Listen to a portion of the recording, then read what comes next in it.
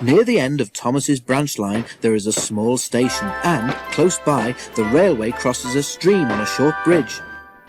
As the snow melted, the water in the stream rose higher and higher, rushing and swirling in its hurry to reach the river at the bottom of the valley. Each time he passed the place, Percy watched the water anxiously.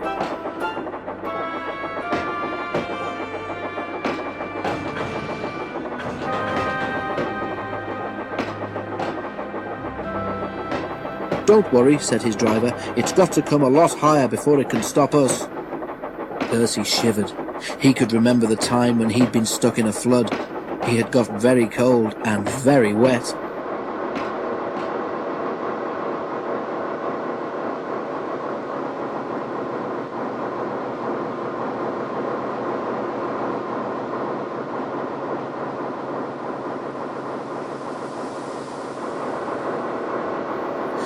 Next morning, Toby came up from the harbour. "No problem with the stream," he said cheerfully. "The water is much lower today."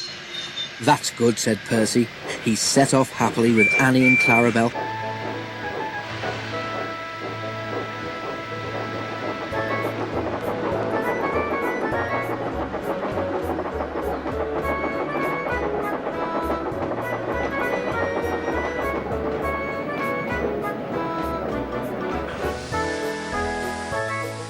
When they stopped at the small station, Percy looked carefully at the stream.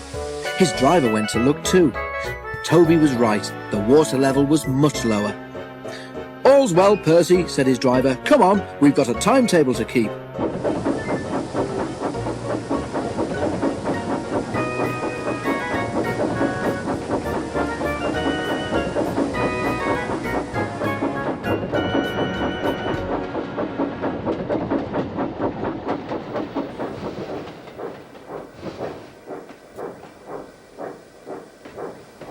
They hurried to the junction where Henry was waiting for them.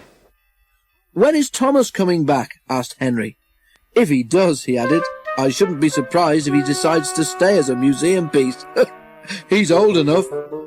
He puffed away, chortling at his own wit.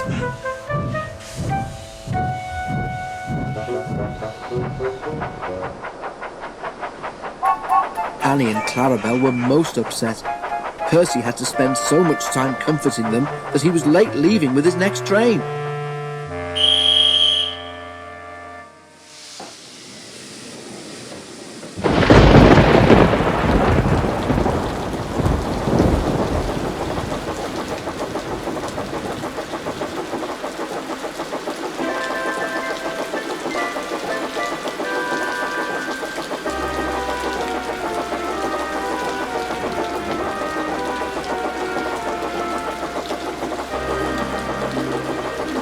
"Never mind," said his driver. "We don't need to stop at the station near the stream this trip, so there's nothing more to delay us."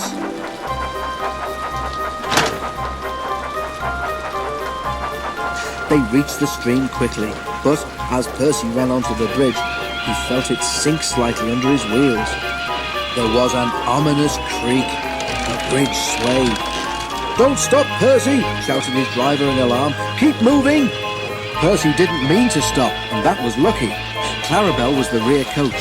As she crossed the bridge, it wobbled again. When her back wheels left it, there was a sudden loud crash. The bridge vanished. One second it was there, the next it wasn't. It was safe to stop now. Percy's driver put on the brakes, and the fireman ran back to look.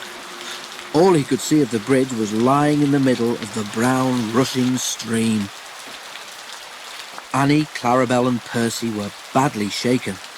The guard telephoned a warning, and then they all went quickly home.